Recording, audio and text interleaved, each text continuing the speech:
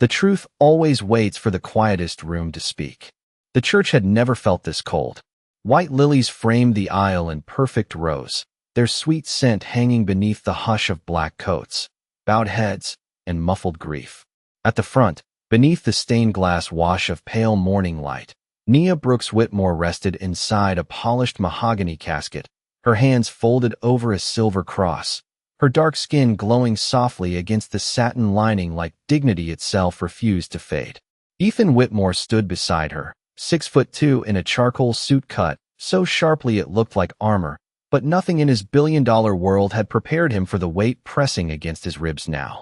The CEO of Whitmore Global had faced hostile boards, federal inquiries, and headlines that could sink markets by lunch, yet none of them had ever made his breathing feel this uneven.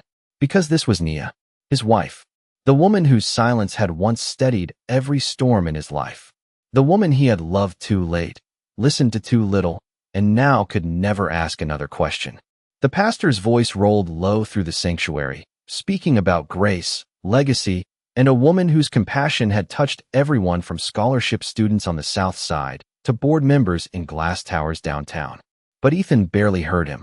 His gaze remained fixed on her face, still and peaceful in a way that made the room feel unreal. Just 48 hours ago, she had been alive.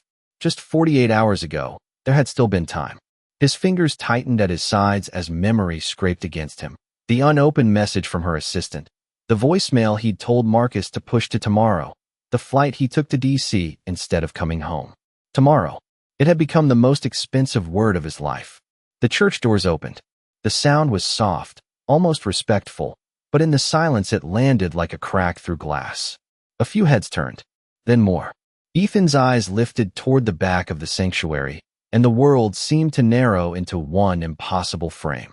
A little boy stood there, no older than 5, in a tiny black blazer with sleeves just slightly too long, one hand tucked inside his grandmother's.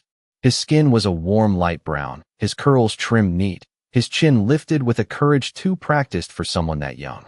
For one suspended second, Ethan only noticed the child because he didn't belong to any face he recognized from the guest list, the board, the charities, or Nia's side of the family. Then the boy looked up, and Ethan forgot how to breathe. Gray-blue eyes. His eyes. The exact storm-colored shade he had seen every morning in mirrored penthouse glass. The same sharp lashes. The same slight furrow between the brows when confused.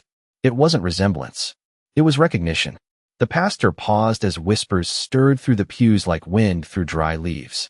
The little boy released his grandmother's hand and walked forward alone, his small dress, shoes tapping softly against the marble floor. Ethan didn't move. Couldn't. Every instinct in him screamed that the room had shifted around a truth too large to contain. The boy stopped at the casket. He looked up at Nia's still face for a long moment, his lower lip trembling just once before he steadied it with the kind of controlled children only learn from pain. Then, in a voice so small it should have disappeared into the sanctuary, he said, "Mom?" The word didn't echo. It detonated. A woman in the second row gasped. Someone near the back whispered, "Oh my God."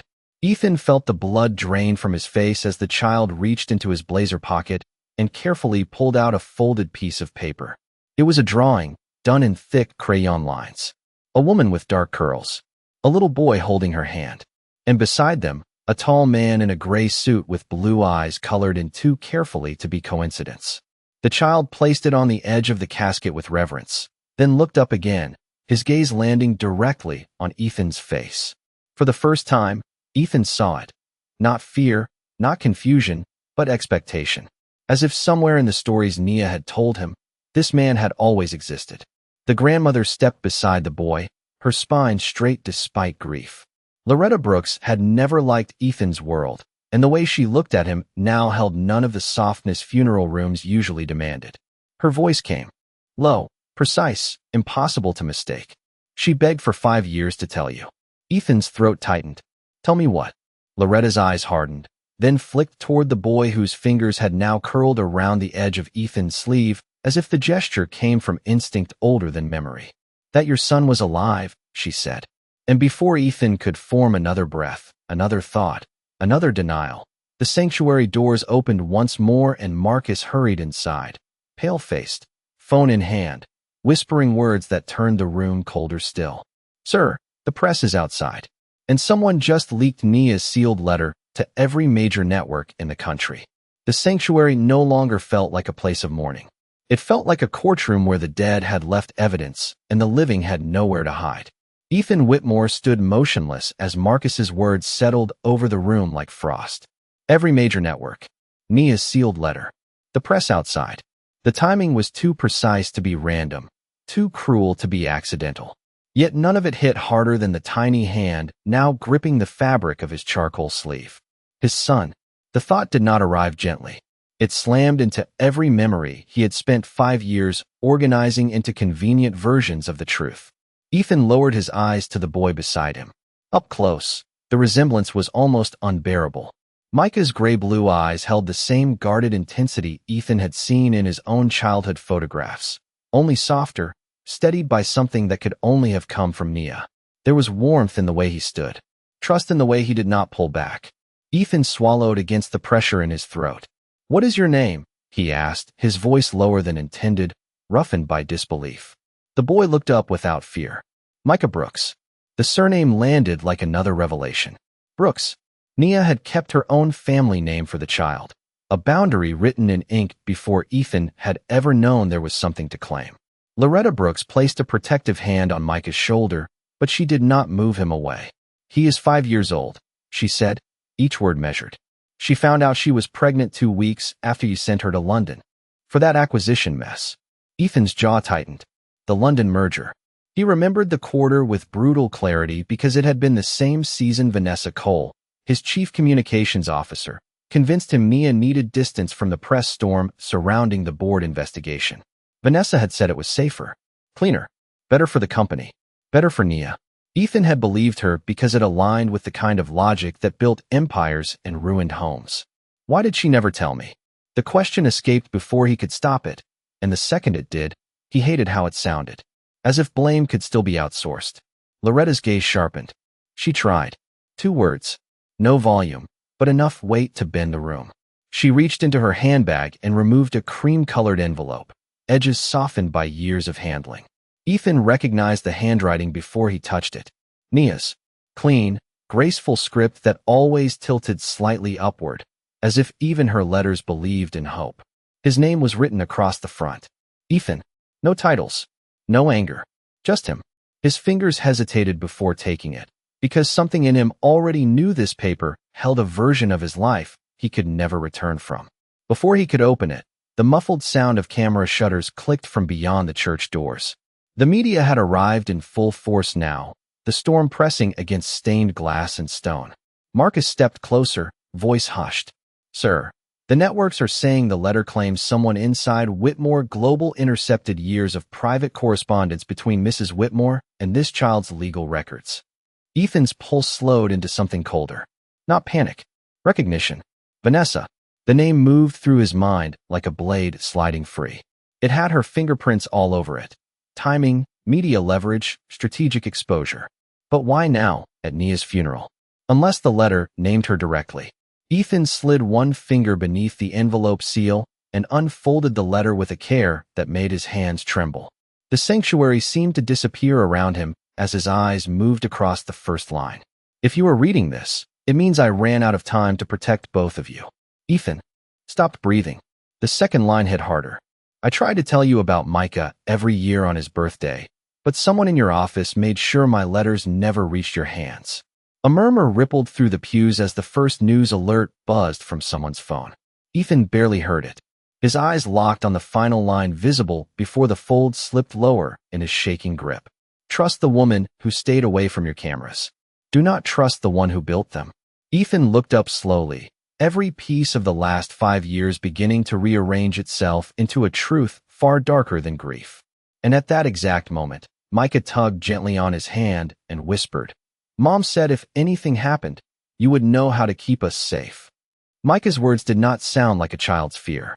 They sounded like a promise handed down from a woman who had already seen the storm coming. Ethan stared at the boy beside him, the tiny fingers still wrapped around his hand with a trust he had done nothing to earn. And for the first time in years, the machinery of his mind stopped working like a boardroom and started working like a father. Safe. Nia had believed that if the world ever collapsed around her, Ethan would still know how to protect what mattered. The faith in that thought cut deeper than any accusation ever could.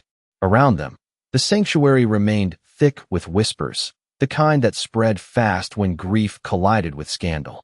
Camera flashes bled through the stained glass near the entrance, pale bursts of white against crimson and blue saints. But Ethan no longer looked toward the doors. His entire world had narrowed to the letter in his hand, the little boy at his side, and the realization that 5 years of absence had not been built on distance alone. They had been engineered. He unfolded the remaining page. Nia's handwriting stayed calm even where the ink pressed darker, as if she had forced herself to remain steady for him. Vanessa told me the board was preparing to remove you if the press connected the investigation to our family. She said a child would become leverage. She promised me she would tell you once the company was safe. Ethan's jaw locked so tightly it ached. He did not need the rest of the sentence to know what came next. She never did. The final line on the page was underlined once, the only sign of urgency in Nia's careful script. Micah has asthma. His inhaler is in the blue dinosaur backpack. He gets scared when storms are loud. Ethan lowered the paper slowly, and only then noticed the small backpack hanging from Micah's shoulder. Blue canvas. Tiny green dinosaurs.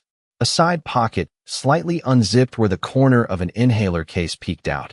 The level of detail in Nia's letter shattered something inside him because it was so unmistakably maternal. Even in death, she had thought through the next breath her son might need. Loretta stepped closer, her expression still guarded, but no longer sharpened into pure blame. Grief had made room for necessity. The press will tear this apart before sunset, she said quietly. Vanessa has spent years controlling the narrative around your company. If she leaked the letter first, she is already trying to shape the public version before you read the truth. Ethan looked toward the church doors where the low murmur of reporters now rolled like distant thunder. He had spent his entire adult life mastering crisis management, but this was different. This was not a stock drop, a merger, or a reputation hit that could be solved with statements and legal teams.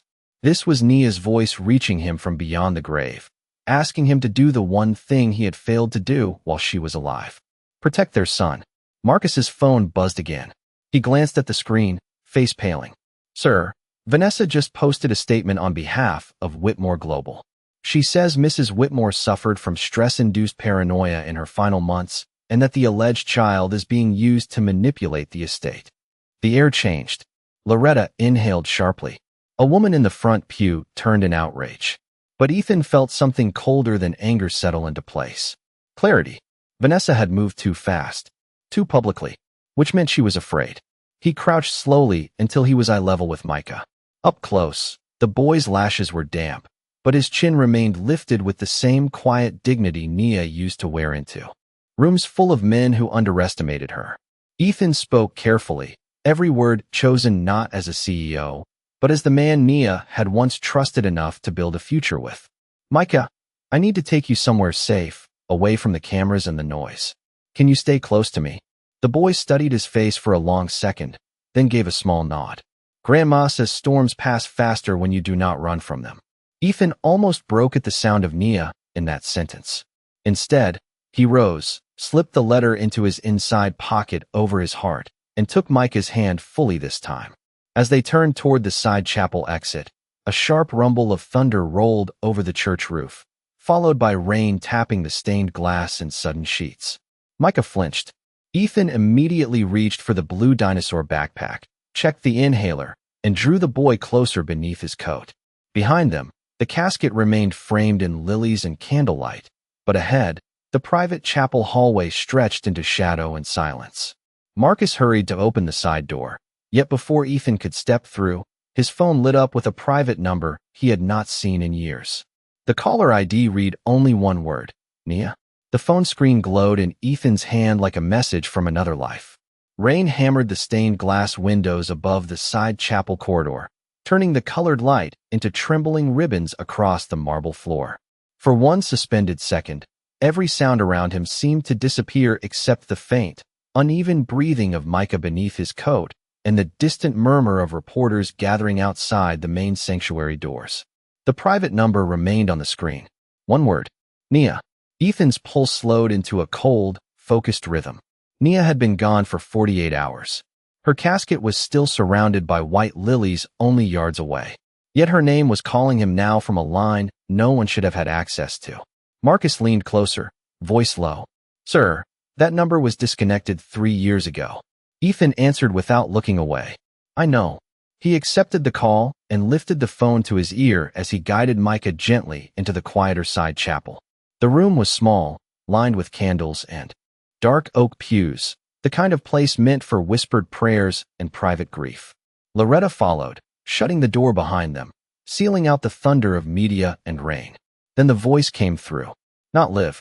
Recorded. Soft, warm, unmistakable. Nia. Ethan, if you are hearing this, it means I could not protect the truth by myself anymore. The breath left his lungs in one silent break. Even through the phone speaker, her voice carried the same calm steadiness that had once made crowded penthouses feel like home. Micah looked up at him instantly, recognition brightening his storm-colored eyes. That is Mom, he whispered. Ethan crouched beside him, phone still to his ear, and let the recording continue. I scheduled this to reach your private line only after the funeral service began. I needed to know Vanessa could not stop it. Loretta closed her eyes for a moment, as if hearing Nia again reopened grief she had barely managed to contain. Ethan's free hand tightened around the edge of the pew. Scheduled. Nia had built a dead man's switch into her final truth. Even now, she was one step ahead of the machine that had kept her silent. The message continued, every word rearranging the last 5 years of his life. Vanessa intercepted more than my letters. She rerouted legal notices, medical bills, and every request I made through Whitmore Global. She told me you had chosen the company over us. She told you I disappeared by choice. I stayed away because I thought your empire would crush Micah before he learned to walk. Ethan shut his eyes. The London deal. The missing legal packets Marcus never found.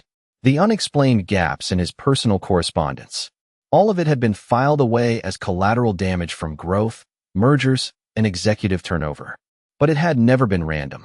It had been curated, designed. Vanessa had not simply protected the company. She had controlled the only story that mattered. A soft wheeze broke through the silence. Micah's shoulders lifted in a tight breath. The storm outside had intensified, thunder rolling so hard the chapel candles trembled. Ethan immediately reached for the blue dinosaur backpack, pulled out the inhaler, and placed it gently into Micah's hand. Slow breaths, he said, voice steady despite the fracture inside him. Just like your mom taught you. Micah nodded and followed the rhythm with brave, practiced calm. Nia's recording played on. There is one more thing you need to know.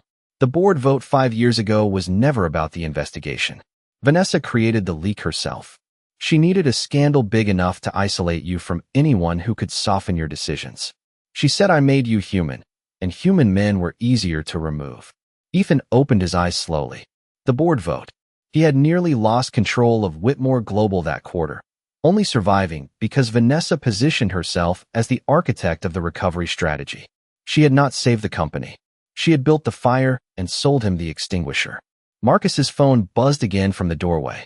He looked at the screen, then up at Ethan with attention that needed no explanation. Sir, emergency board session.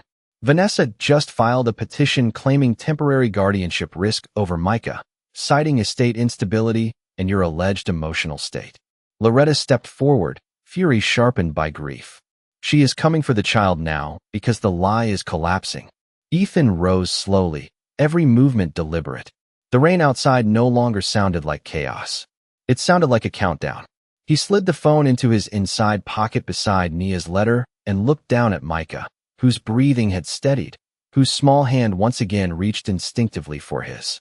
She is not taking him, Ethan said, the words low and final. The boy looked up. Mom said you would sound like that when you finally believed her. Ethan's throat tightened, but his expression did not break. For the first time in years, every piece of the path ahead was painfully clear. Protect Micah. Expose Vanessa. Reclaim the years stolen in silence.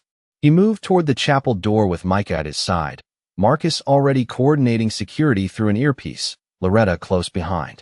But as Ethan reached for the brass handle, the chapel television mounted in the corner flickered to life on breaking news. Vanessa Cole stood at the front steps of Whitmore Global. looking directly into the cameras, and behind her, on a giant screen for the entire city to see, was Micah's kindergarten photo. The image on the chapel television hit Ethan harder than any headline ever could. Micah's kindergarten portrait filled the screen behind Vanessa Cole, enlarged across the glass facade of Whitmore Global, as if his son's face were just another asset in a public campaign. The little navy sweater, the slightly tilted smile, the same gray-blue eyes that had already torn open the illusion of Ethan's last 5 years. But now those eyes belonged to the city, to the markets, to every network hungry for scandal. Rain streaked down the chapel windows in silver lines, and for a moment Ethan stood completely still, the brass door handle cold beneath his palm, while something old and merciless in him finally woke up. Not the husband who had arrived too late. Not the grieving man still carrying Nia's voice in his pocket. The strategist. The builder. The one person Vanessa had spent years trying to isolate, because she knew exactly what he became when someone crossed the line between business and blood. On the screen, Vanessa's expression held the perfect balance of concern and executive poise. Whitmore Global remains committed to protecting the dignity of Mrs. Whitmore's legacy and the stability of all related estate interests, she said into a wall of microphones. Unfortunately, emotionally compromised parties are now attempting to leverage an unverified child to influence corporate governance and personal assets. Loretta let out a sharp breath of disbelief. Marcus muttered something under his breath that Ethan had never heard him say in church. But Ethan's focus remained on one thing. Micah had gone silent. He looked down. The boy was staring at the screen, shoulders small beneath the oversized black blazer, his hand tightening around the strap of the blue dinosaur backpack. "That is my school picture," Micah said softly. There was no fear in his voice yet, only confusion. The kind that came before hurt had a chance to fully form. Ethan knelt immediately until their eyes were level. "Listen to me," he said, every word slow and certain. "What she is doing is wrong. You did nothing wrong. None of this is your fault." Micah searched his face with the quiet intelligence Nia had clearly raised into him. "Mom said cameras can make lies look shiny." The sentence landed with the devastating simplicity only a child could deliver. Ethan almost saw Nia smiling when she said it, likely kneeling at this same eye level, teaching Micah how to survive a world built on polished surfaces. He rose and turned to Marcus. "Lock down every digital asset tied to Vanessa's office. Pull server mirrors from legal, communications, and executive routing for the last 6 years. I want timestamp recovery on every message flagged personal, family, or estate." Marcus nodded once, already moving. "I will route it through off-site cyber forensics. She will not see the breach coming." "Good." Ethan looked back at the screen where Vanessa was now pivoting to the board crisis, framing herself as the only steady hand left at Whitmore Global. She had chosen public pressure because she believed grief had made him weak. She still did not understand the one thing Nia always had. Grief did not weaken Ethan. It clarified him. Thunder rolled again, close enough to shake the chapel candles. Micah flinched, and Ethan instinctively placed a hand against the boy's shoulder.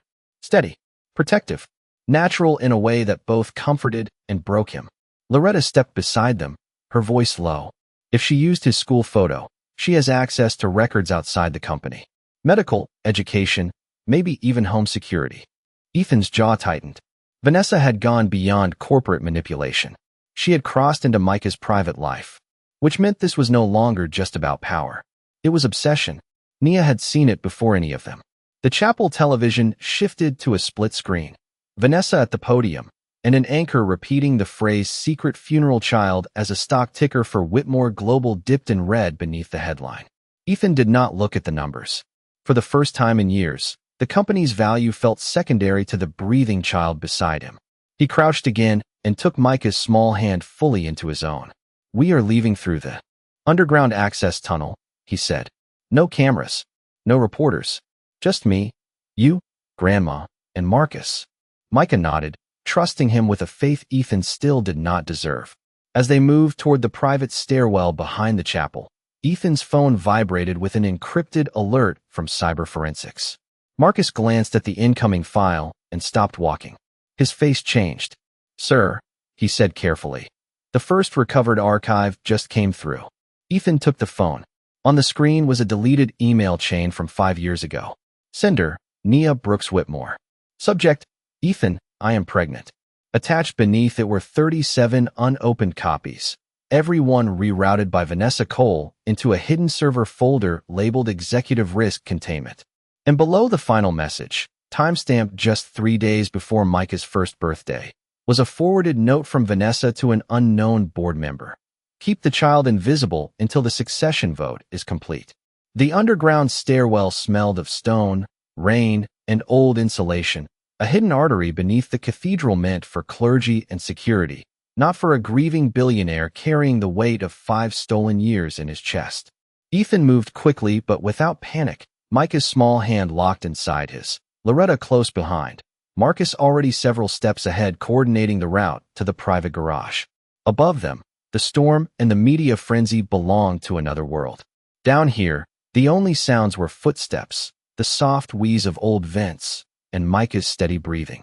Ethan glanced at him twice in the first flight alone, eyes instinctively checking the rise and fall of the boy's shoulders, the dinosaur backpack bouncing lightly against his back. Fatherhood had arrived in him like a switch thrown in darkness. Sudden. Absolute. The phone in Ethan's hand still displayed Vanessa's forwarded message. Keep the child invisible until the succession vote is complete. The sentence no longer felt like corporate manipulation. It read like a confession. Nia had not been paranoid. She had been cornered by people who saw Micah as leverage before he was old enough to write his own name. Ethan stopped at the landing beneath a dim brass light. Thumb scrolling through the recovered archive Marcus had just unlocked. More messages surfaced in timestamp order. Insurance claims from Micah's pediatrician redirected to an executive legal alias. A request from Nia for emergency school tuition assistance flagged as non-priority. 3 voicemails marked family concern never delivered. Each file was another year of silence Vanessa had built with deliberate hands. Loretta watched Ethan's expression harden. Now you know why she stopped begging, she said quietly. Her voice carried no accusation now. Only the exhaustion of a woman who had spent half a decade helping her daughter survive a war no one else could see. Ethan looked down at Micah, who had paused beside the stair rail, tracing the chipped paint with one finger. 5 years old. Asthma. Afraid of storms. Loved enough to be hidden. The scale of Nia's sacrifice was becoming unbearable in its simplicity. She had chosen distance over danger, loneliness over exposure, because every signal around her had convinced her the company would consume the child if Ethan ever knew. And in a way, she had been right. Marcus's voice came through his earpiece from the lower landing. Garage is secure. But there is a complication. Ethan descended the final steps into the underground access corridor, where concrete walls opened into a dimly lit garage lined with black SUVs. What kind of complication? Marcus turned his tablet around. Live security footage from Whitmore Global filled the screen. Vanessa was no longer at the podium. She was inside the executive boardroom, standing at the head of the 12-seat glass table Ethan had once ruled without question. Around her sat half the board members, faces tense beneath the skyline beyond the windows. On the wall monitor behind them, one line glowed in white text over a black screen. Emergency succession and guardianship review. Ethan went still. Loretta inhaled sharply. She is trying to use the estate panic and your grief to suspend your authority. Marcus nodded. And if she can establish emotional instability tied to the funeral fallout, she can petition for temporary oversight of Micah's trust rights through the estate until paternity is formally adjudicated. Micah looked up from beside Ethan's leg. What does that mean? Ethan crouched immediately, bringing his voice down to something gentle and clear. It means someone is trying to make decisions about your life who does not love you. The boy thought about that for a moment, then asked the question that split Ethan straight through. But you do. Ethan's answer came without hesitation, more honest than anything he had said in years. I already should have. Micah nodded once, as if that was enough for now, then slipped his hand back into Ethan's. Trust again, offered without conditions. Nia's greatest gift and greatest ache. Marcus opened the rear SUV door, but before Ethan could guide Micah inside, another encrypted file dropped into his phone from cyber forensics. Priority, audio recovery. Ethan tapped it open. A voice recording began to play through the speaker, grainy with age but unmistakably Vanessa's. As long as Ethan believes Nia chose distance, he stays focused. The child stays off the succession map, and the board remains manageable. If she pushes again, remind her what happens to families that become liabilities. The silence that followed was deeper than rage. It was revelation. Loretta closed her eyes as if the final missing piece had just slid into place. Ethan stared at the screen, then slowly looked up at the city lights filtering through the garage entrance, rain still falling beyond the gate in silver sheets. Vanessa had not merely intercepted the truth. She had weaponized family against power, motherhood against empire, and now she was reaching for Micah through legal smoke and boardroom theater. Ethan slid into the SUV beside his son, the leather cold beneath them, and gave Marcus one instruction in the voice that once moved markets across continents. Take us to Whitmore Global. Micah turned toward him, small brows furrowing. Are we going into the storm? Ethan looked out at the rain, then back at the boy whose eyes mirrored his own. No, he said quietly. We are going to end the one your mother survived. The black SUV cut through downtown Chicago like a blade through rain, headlights, slicing silver sheets that blurred the city into streaks of glass and steel. Ethan sat in the rear seat with Micah tucked beside him, the blue dinosaur backpack resting between them like a small piece of normal life in the middle of a war built by adults. Loretta rode in the front beside Marcus, both silent, the tension inside the vehicle sharper than the storm outside. On Ethan's phone, the recovered audio from Vanessa remained paused at the exact sentence that had changed everything. The child stays off the succession map. Every time he looked at those words, another layer of the last 5 years peeled back. Every missed birthday, every unanswered silence. Every time he had mistaken Nia's absence for abandonment when in truth, she had been shielding their son from the machine Ethan himself had built. Beside him, Micah pressed his forehead lightly to the rain-streaked window, watching the city lights smear into ribbons. Mom used to count the buildings when it stormed, he said softly. Ethan turned toward him. What did she say? Micah's lips curved in the smallest, saddest smile. That every light means somebody is still awake, still trying, still hoping tomorrow gets better. Ethan looked out at the skyline of Whitmore Global rising ahead, its mirrored tower vanishing into clouds and rain. For the first time, the building did not feel like an achievement. It looked like a monument to everything Nia had been forced to survive alone. The SUV rolled into the underground executive entrance, security gates lifting without question as facial recognition swept across Ethan's image. Yet tonight, even the familiar hum of systems and polished concrete felt different. This was no longer the headquarters of his empire. It was the crime scene of 5 stolen years. Marcus stepped out first, opening the rear door beneath the covered portico. Board session is still active on the 48th floor, he said. Vanessa has legal counsel present and 2 outside trustees. She is moving fast. Ethan nodded, then turned to Micah. I need you to stay with Grandma in the executive family lounge for a little while. Micah's hand tightened around his sleeve. Are you coming back?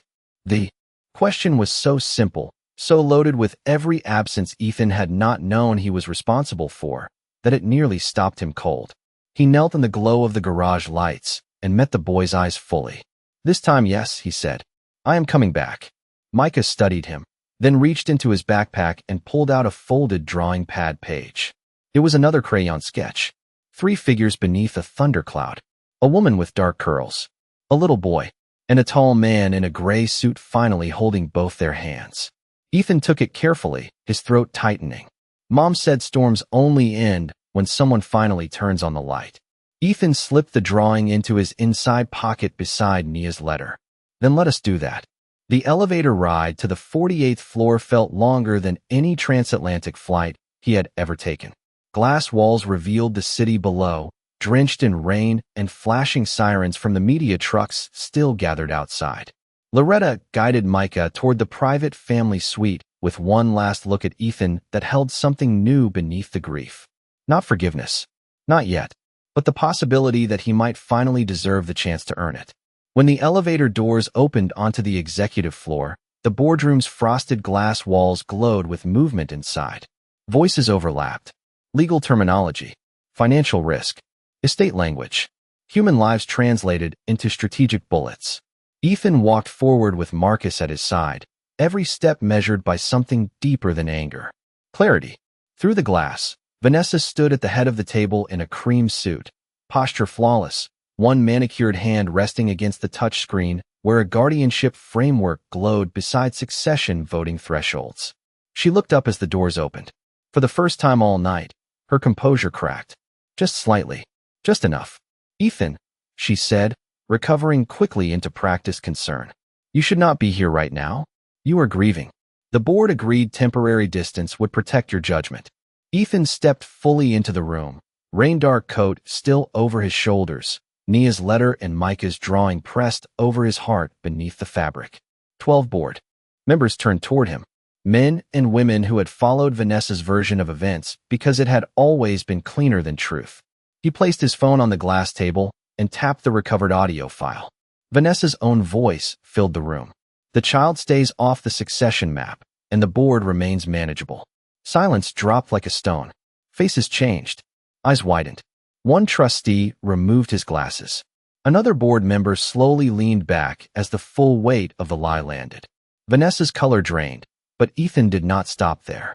He slid the archive of rerouted pregnancy emails across the touchscreen, then Nia's scheduled funeral recording, then the kindergarten photo source trace, pulled from an unauthorized surveillance access log. The evidence ladder rose higher with every swipe. By the time the final file displayed, the room no longer belonged to Vanessa's narrative. It belonged to Nia's truth. Ethan's voice came low, steady, and colder than the rain outside. "For 5 years, you did not protect this company.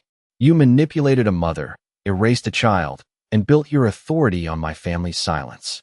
Vanessa opened her mouth, but one of the senior trustees raised a hand. "Enough." The single word carried decades of board power. Ethan's gaze did not leave hers. "Tonight, that silence ends." And just as the trustees began moving to suspend her authority, the boardroom doors opened again. Loretta stepped inside, Micah at her side, holding the blue dinosaur backpack and staring directly at the giant wall screen where his kindergarten photo had been replaced by Nia's smiling face. The boardroom went so quiet that the rain against the glass walls became its own kind of witness. 48 floors above the city, with Chicago glowing in wet ribbons beneath the storm, every executive at the table turned toward the doorway where Micah stood beside Loretta, small hand wrapped around the strap of his blue dinosaur backpack, his gray-blue eyes lifted to the giant wall screen now filled with Nia's smiling face. She was radiant in the photo, dark curls falling over one shoulder, the expression in her eyes calm and intelligent, the exact same look Micah wore when he was quietly studying the room.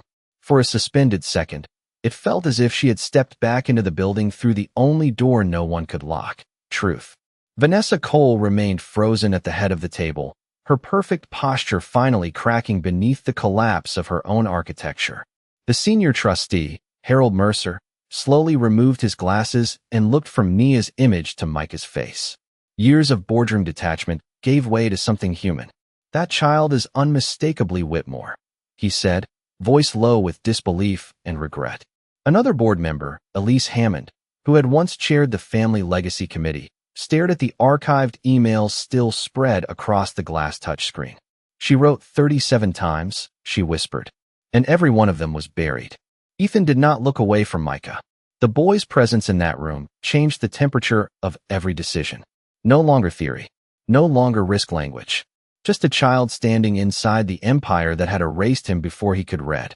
Ethan crossed the room and knelt in front of him, the polished floor reflecting both their faces beneath the glow of Nia's portrait.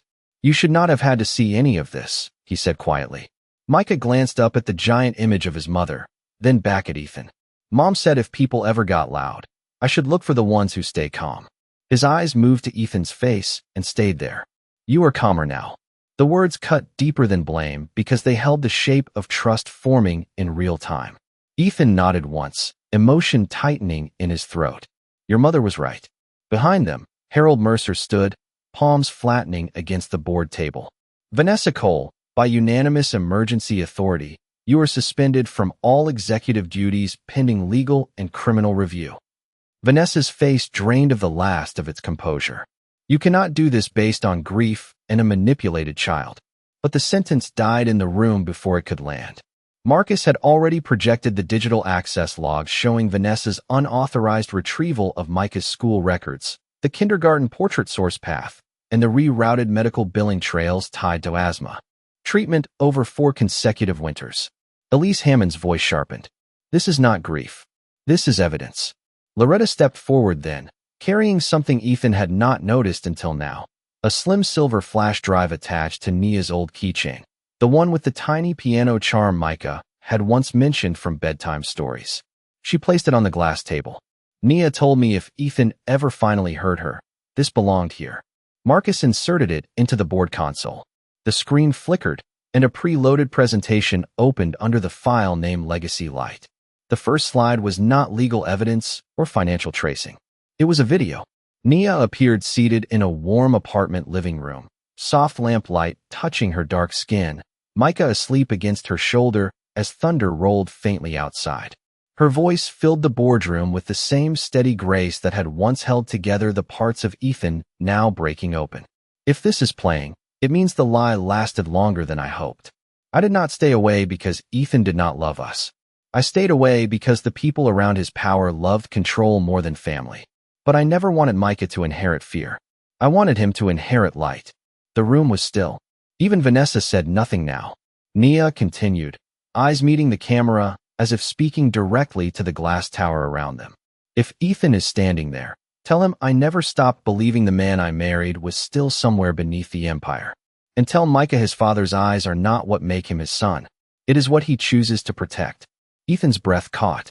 Beside him, Micah's fingers found his hand again, smaller now against the weight of everything being restored. Harold Mercer looked around the table. The succession map is to be rewritten immediately. Micah Brooks Whitmore will be recognized as primary family heir pending formal paternity confirmation, and all estate protections transfer under Ethan Whitmore's direct guardianship effective tonight. Vanessa staggered back a step, not from force, but from the complete evaporation of narrative control. Her power had depended on silence. Nia had just shattered it from beyond the grave. Ethan rose, slowly, still holding Micah's hand, and looked up at the screen where Nia's final slide appeared. A scanned crayon drawing of 3 figures holding hands beneath a thundercloud split by sunlight. The same drawing now resting over Ethan's heart inside his coat. Micah tilted his face up toward him and asked the question that turned the boardroom from battlefield into something sacred. Does this mean Mom's storm is over? Ethan looked at the city lights beyond the rain, then back at the sun he had just begun to know. No, he said softly, voice thick with truth and promise.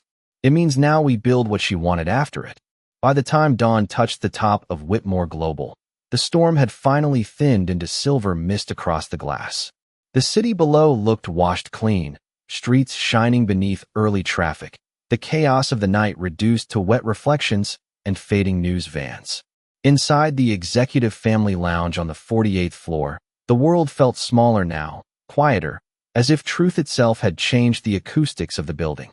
Micah sat cross-legged on a cream rug near the window, his blue dinosaur backpack open beside him, crayons spread in a half circle while he worked carefully on a new drawing.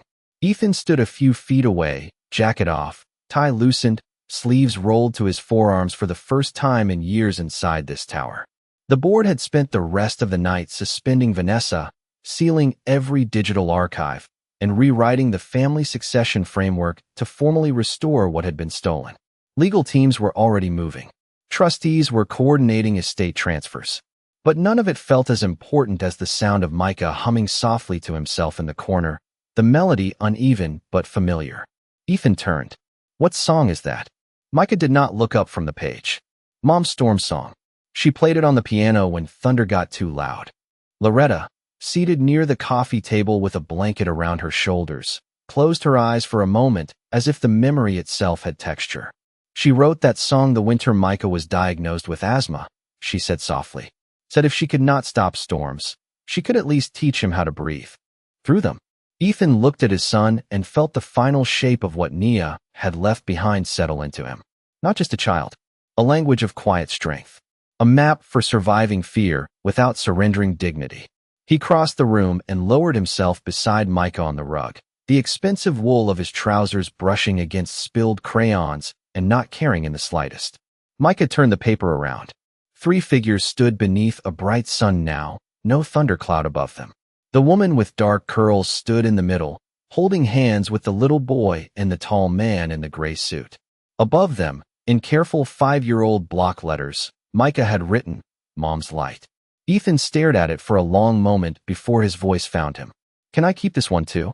Micah nodded, then surprised him with the quiet certainty of a child who had already learned what adults often spend decades avoiding. "You do not have to keep all the storm drawings anymore." Ethan's throat tightened. He looked toward the floor-to-ceiling window where the skyline stretched in pale gold. For years he had mistaken control for safety, silence for strength, and distance for strategy. Nia had understood something far deeper. Real power was not the ability to command rooms. It was the courage to protect the people inside them. A soft knock sounded at the lounge door. Marcus stepped in, tablet in hand, but his usual edge had been replaced by something gentler. "The board is ready," he said. "They want the public statement from you. Every major network is live." Ethan looked down at Micah. "Would you like to come with me?" The boy thought about it, then slipped his small hand into Ethan's. "Only if Grandma comes too." Loretta smiled for the first time since the funeral, grief still present, but no longer the only thing in the room. Minutes later, the 3 of them stepped onto the executive press balcony overlooking the atrium, where cameras from every network pointed upward and employees filled the lower floors in silence. No stock charts, no legal shields, just people waiting to see whether the truth would finally be spoken without fear. Ethan stood at the podium, Micah at his side, Loretta just behind them. On the giant screen above, Nia's smiling portrait glowed warm against the morning light. Ethan let the silence settle first, honoring the woman who had survived the darkest version of his world and still believed there was something worth saving in him. Then he spoke. "For 5 years, my son was hidden by people who believed power mattered more than family. My wife was forced to carry truth alone because the system around me rewarded control over compassion. That ends today." His hand rested lightly on Micah's shoulder.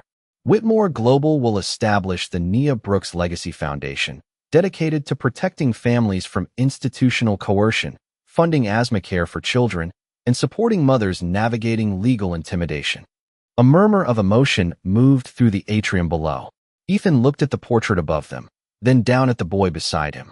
"My son did not return my future to me. He returned my humanity." Micah looked up and whispered, just loud enough for Ethan to hear, "Mom would like this light." Ethan smiled through the ache in his chest, the kind that no longer felt like punishment but proof of love surviving loss. Outside, the clouds broke fully apart, and sunlight poured through the tower glass, spilling gold across Micah's drawing still tucked over Ethan's heart. For the first time in years, the building no longer felt like a monument to control. It felt like what Nia had always believed it could become, a place where storms ended and light stayed.